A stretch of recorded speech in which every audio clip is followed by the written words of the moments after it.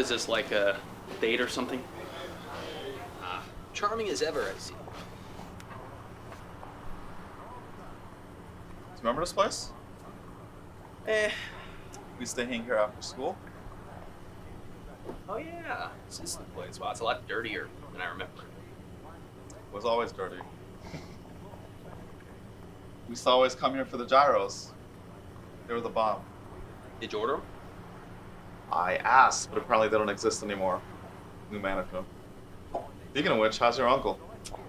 He's doing great, yeah, thanks. He's just relaxing it up in the Bahamas, I guess, like he's always wanted to. Yep, and you must be thrilled. I mean, not really. It's just a lot. It's a lot more work than I expected. I know I always wanted to be in charge, but I think becoming editor-in-chief wasn't necessarily the best bet. My first real business decision should be to change the name Chronicle Times. It just sounds outdated, I guess. You're the boss. Hey, do you remember when we used to be in that newspaper club back in high school? Yeah? Why'd you bring it up? We used to think we were Citizen Kane, remember that? We thought we were the best in the world, untouchable. Like nobody could mess with us. I mean, yeah, we kind of were. No, we were lame. We thought sneaking in the sex jokes into articles made us some type of Machiavellian genius. They didn't catch us back then, nor will they ever. So tell me, why are you feeling nostalgic today? Do you remember why I joined the club? Really, I tend not to, I guess, focus on the past too much. You were.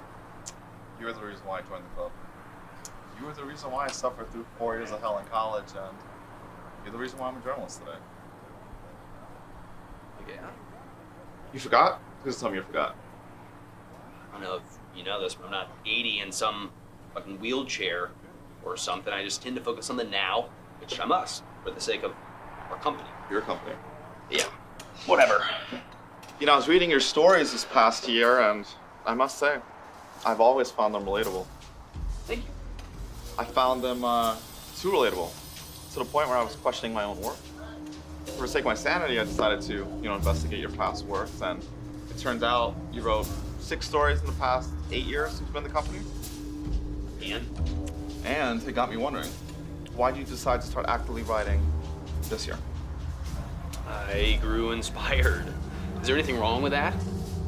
No, of course not. That makes sense. What doesn't is the stories themselves. Like, why were they so familiar to me? So I did some further digging. And it turns out they were my stories. You flat out copied my stories. What are you talking about? Don't act like you don't know what I'm talking about. You stole my stories. And the worst part is I trusted you. I trusted you to hold on to them. I trusted you to publish them when I first started a year ago. And you ended up packaging them into your own works. Is this what our friendship means to you? Well, don't forget who it was that brought you into this company in the first place, back when you were down struggling for scraps. Don't shame me. I bust my ass to be in the position that I am today. All the horrible internships, all the long hours put into this passion were because of me. And you, on the other hand, got your little uncle to sneak you into his own company. Even made you editor-in-chief because of him. Yet that wasn't enough, was it? Yet still my stories, my passion, to feed your own ego. Ego, really? Is that where we're gonna go with this? You act like I'm not also tired and frustrated like everybody else in this company.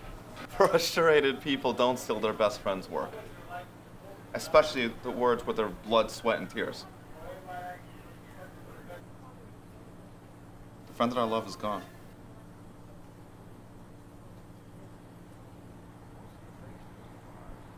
Russell, stop. Goodbye, Chris.